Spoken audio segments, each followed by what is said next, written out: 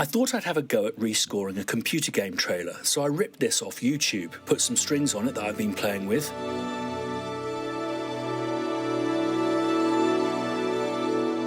Took some strummy guitars,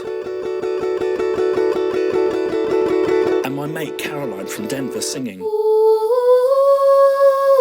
Piled on bucket loads of splosh, some sub bass, until I got this.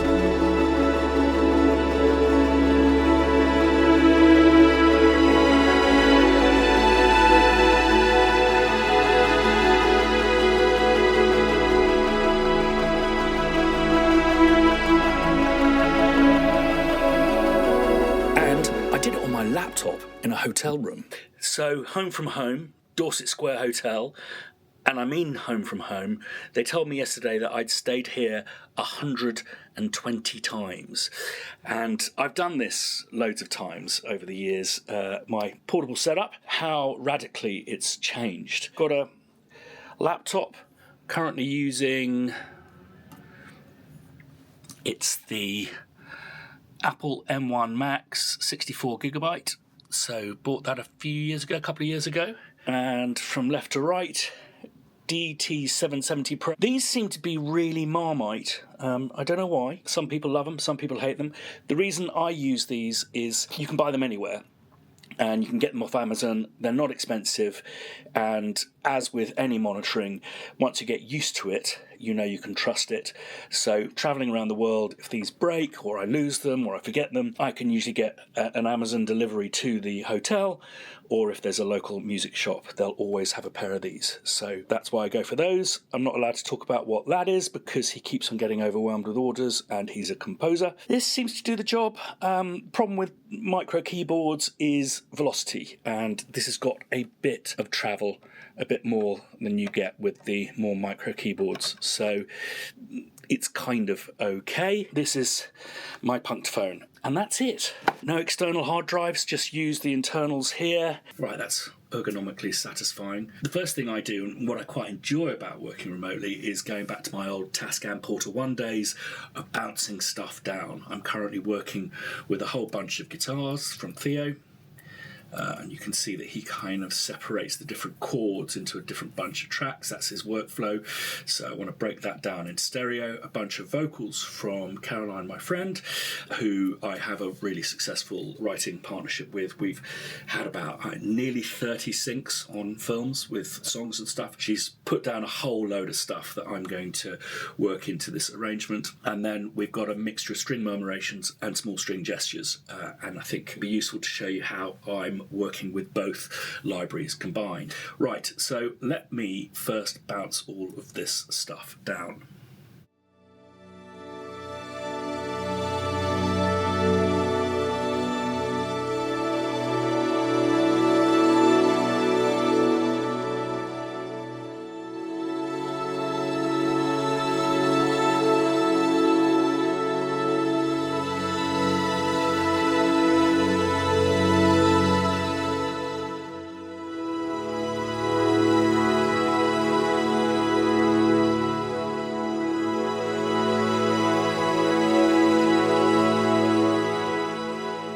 So basically the first thing I'm going to do is just get the mix.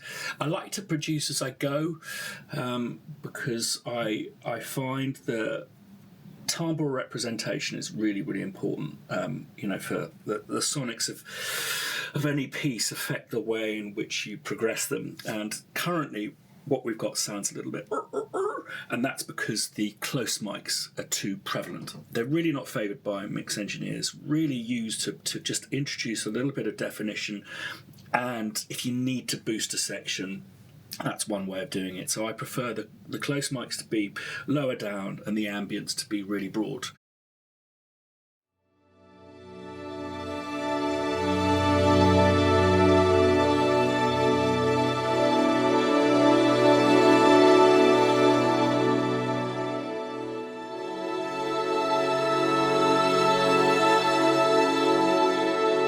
But we'll probably put all of this through a bus reverb as well to glue it all together. And finally, the releases. What I've learnt with the gestures and murmurations is if you're midway through a gesture and you let go of it, it tends to disappear because it tends to be quite a pronounced voice.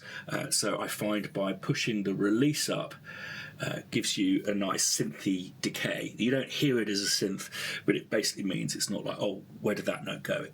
It diminuendos, if you will. I'm doubling that up with Saltasto, which has a thicker, less defined sound, but gives you that epic weight.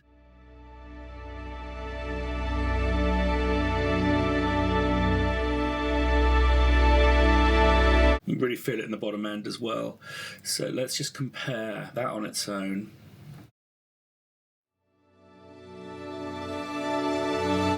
So let's compare that combined.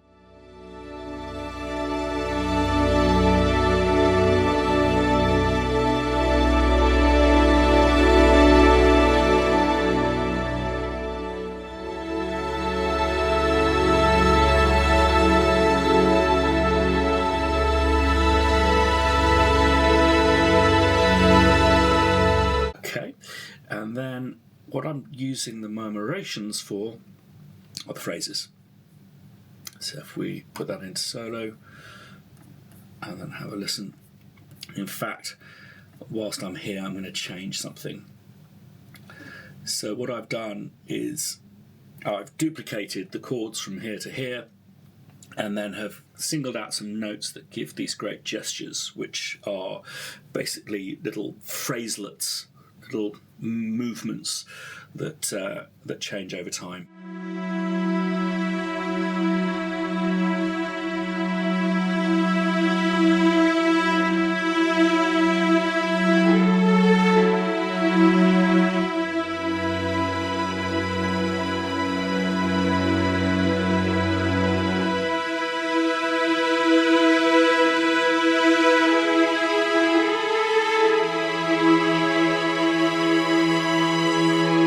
This line repeats, and I love the clash that it forms there. So I'm wondering whether we should actually maybe change this gesture here. So what I'm going to do is I'm going to simply chop that there. Get rid of that.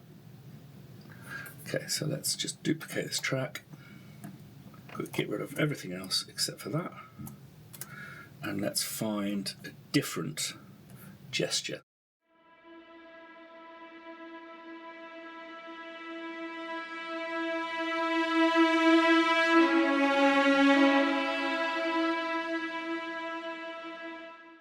That's great. Let's make it a bit sploshier and just take it down in level a little bit.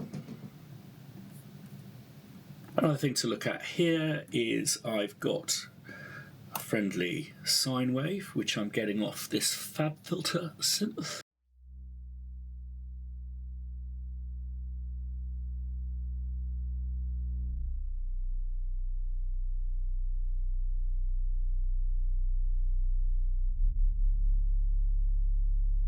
Right, this is when I go into the deep end and try and set up a bus reverb to glue everything together.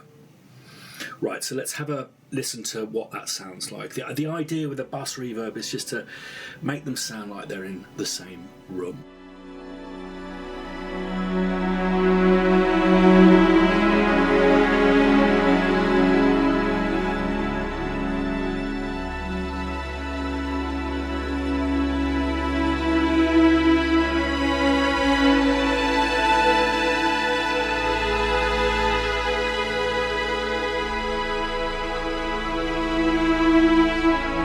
Right, so let's have a listen to those guitars.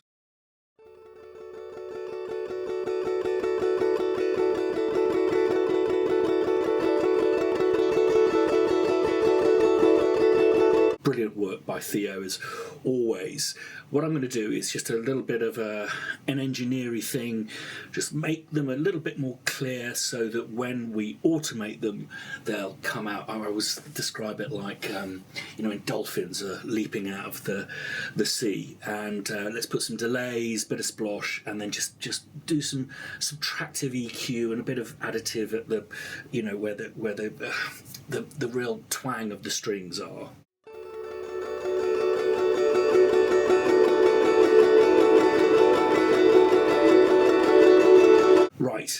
Caroline. She sent me loads of stuff, but I think less is really more. You want the audience to want more.